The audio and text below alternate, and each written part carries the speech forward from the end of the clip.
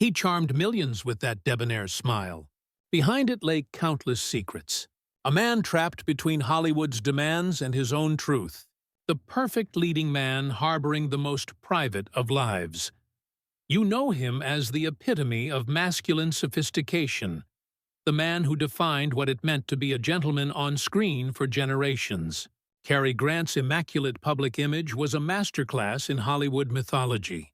But behind the tailored suits and perfect comedic timing lived a man far more complex than studios would ever allow audiences to see. The distance between Archibald Leach from Bristol, England, and Cary Grant, the manufactured ideal, wasn't just about changing a name. It was about crafting an entirely new self, one that buried deeply personal truths beneath layers of studio-approved fiction. The Hollywood machine of the 1930s through 1950s demanded perfection from its stars, especially its leading men.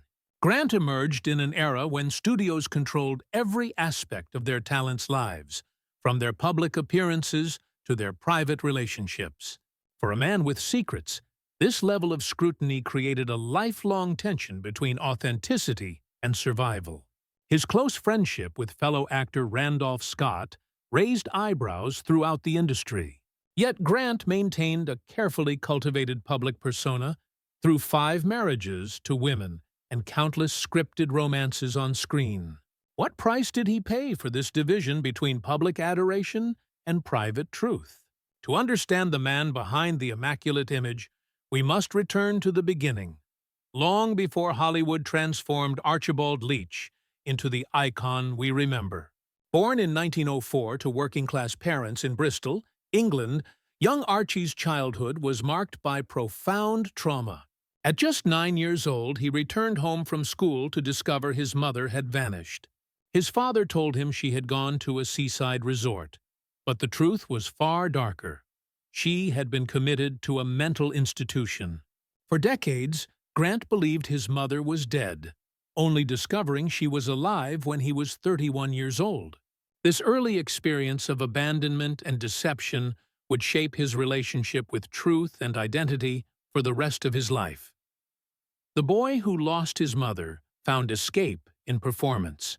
By his teens, he had joined a troupe of acrobats, developing the physical precision that would later make him a master of both slapstick comedy and sophisticated movement. This early training ground taught him something crucial: the power of transformation. On stage, he could become someone else entirely, someone unburdened by his past. When he eventually made his way to America and into the waiting arms of the Hollywood studio system, this talent for reinvention would serve him well, though at considerable personal cost. In 1932, the newly christened Cary Grant signed with Paramount Pictures, beginning the systematic creation of a screen persona that would become one of cinema's most enduring. The studio saw in him the potential for something rare, a leading man who could be simultaneously sophisticated and accessible, masculine yet not threatening, charming without seeming superficial. What they didn't see, or chose to ignore, was the complex man beneath their creation. Grant's early roles established him as a romantic ideal opposite some of Hollywood's most glamorous women, from Marlene Dietrich to Mae West. Yet during this same period, Grant began what would become one of the most scrutinized relationships in his life: his domestic arrangement with fellow actor Randolph Scott. Between 1932 and 1944, with interruptions for marriages, Grant and Scott shared a beach house in Santa Monica that the press dubbed Bachelor Hall. The men were photographed together in domestic settings, swimming, preparing meals, reading by the pool, in publicity shots that, viewed through a modern lens, seem surprisingly intimate.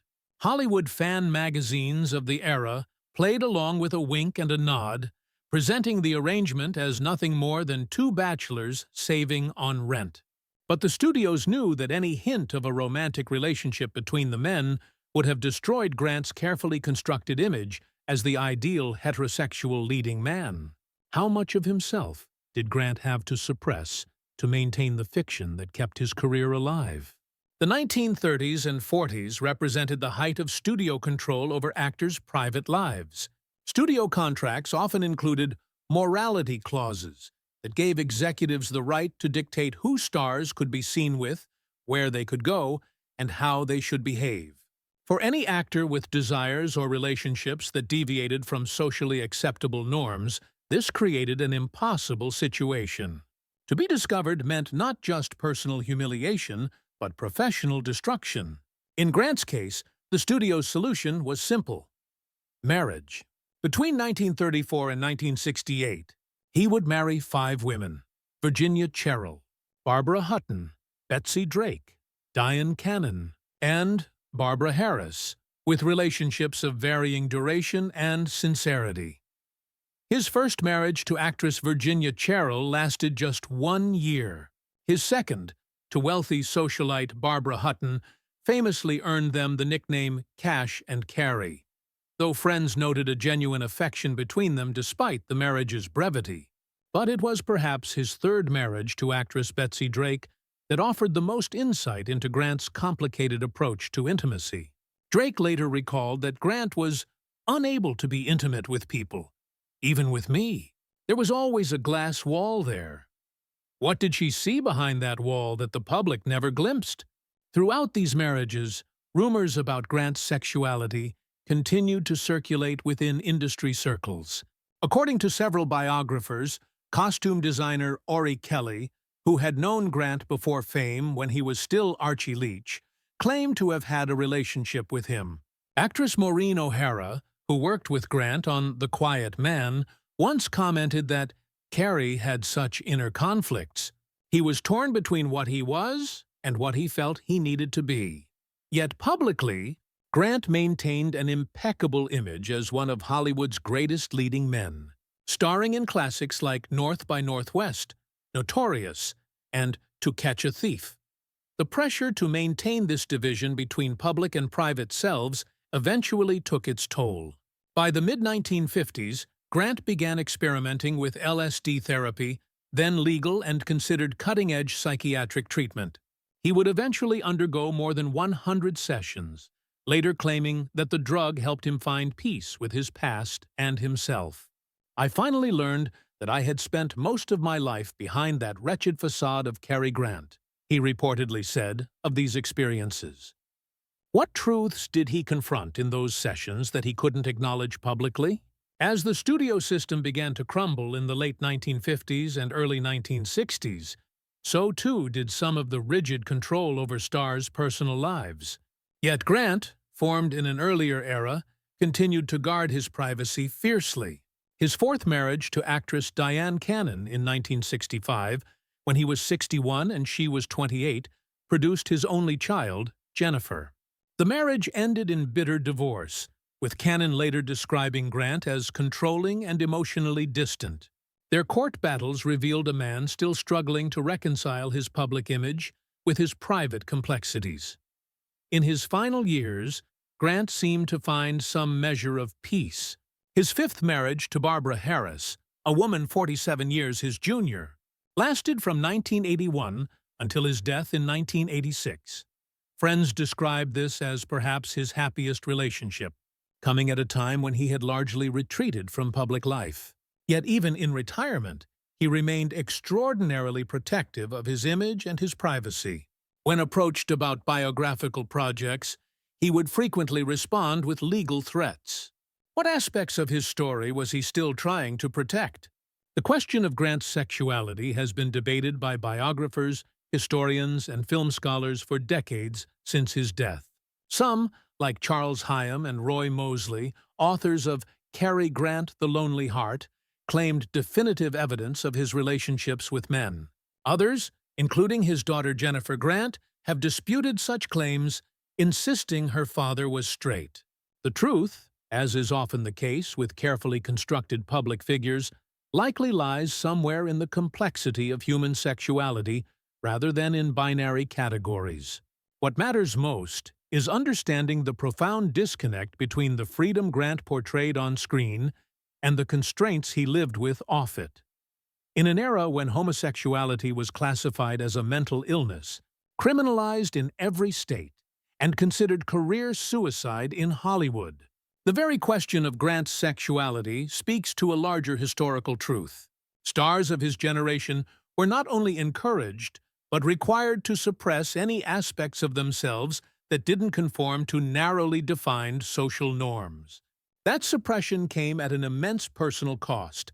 Anxiety, depression, substance abuse, and failed relationships were common among those living divided lives. What Grant faced was not unique to him, but rather emblematic of an entire generation of performers caught between authenticity and survival. Perhaps the most revealing quote attributed to Grant comes from late in his life. When asked about rumors regarding his sexuality, he reportedly responded, "I'm reminded of my dear friend Somerset Maugham, a confirmed bachelor for the last 40 years of his life." When reporters asked his sexual orientation, he replied, "I'm in the prime of life. I'm 72 years old, and I have sex with men and women. It's a splendid arrangement, and I recommend it highly." I just loved his take on a sensitive subject. Whether this attribution is accurate remains disputed, but it speaks to a man who had perhaps finally found some peace with the ambiguities that defined his life. For Grant, like many stars of his era, the gap between private reality and public persona was not just a professional strategy, but a survival mechanism in a society that demanded conformity. In the decades since his death, our understanding of sexuality, gender, and identity has evolved dramatically. What was once hidden is now increasingly celebrated. The very culture that forced Grant to compartmentalize his life so strictly has given way to one where authenticity is valued over artifice. Yet this evolution makes the struggles of his generation no less poignant. The price paid by those who lived divided lives, unable to be fully themselves in public or private, remains an important chapter in our cultural history. Today, when we watch Grant on screen, the easy charm, the perfect timing, the seemingly effortless sophistication, we're witnessing both a performance and a profound act of self-creation. The man born as Archibald Leach transformed himself into Cary Grant through talent, determination, and painful compromise. The image he created was so compelling that it has outlived him by decades, continuing to define our very notion of male elegance and charm. Yet the most powerful aspect of Grant's legacy may be what remained unseen, the parts of himself he kept private, the struggles he couldn't share, the boundaries between his public and private selves that he navigated daily. In this, he represents countless others who lived in eras when being oneself came at too high a price. Their stories remind us how recently our society demanded such painful divisions, and how many paid dearly for the privilege of being admired from afar. As we revisit Grant's films today, we can appreciate not just the artistry on display, but the complex humanity behind it. Each perfect take, each flawless delivery of dialogue represents not just mastery of craft, but a carefully constructed shield behind which a vulnerable human being sought both protection and expression. In his performances, particularly in his comedic roles, we can see moments where the real Grant seems to peek through. Instances of genuine vulnerability amid the polish, of authentic connection amid the artifice. What would Grant have made of our current era, with its greater acceptance of the full spectrum of human sexuality and identity? We can never know, but we can honor his legacy by acknowledging both the brilliance of his public creation and the courage it took to navigate a world that demanded so much concealment. The perfection we associate with Cary Grant wasn't effortless. It was hard-won through private struggle and public discipline. If his story resonates with you, remember that behind every iconic image lies a human being far more complex than any single narrative can capture. The golden age of Hollywood created dreams that still captivate us, but those dreams often came at the expense of the dreamers themselves. By remembering both the glossy image and the complicated reality behind it, we do justice not just to Grant, but to all those who have lived in the shadow between public expectation and private truth.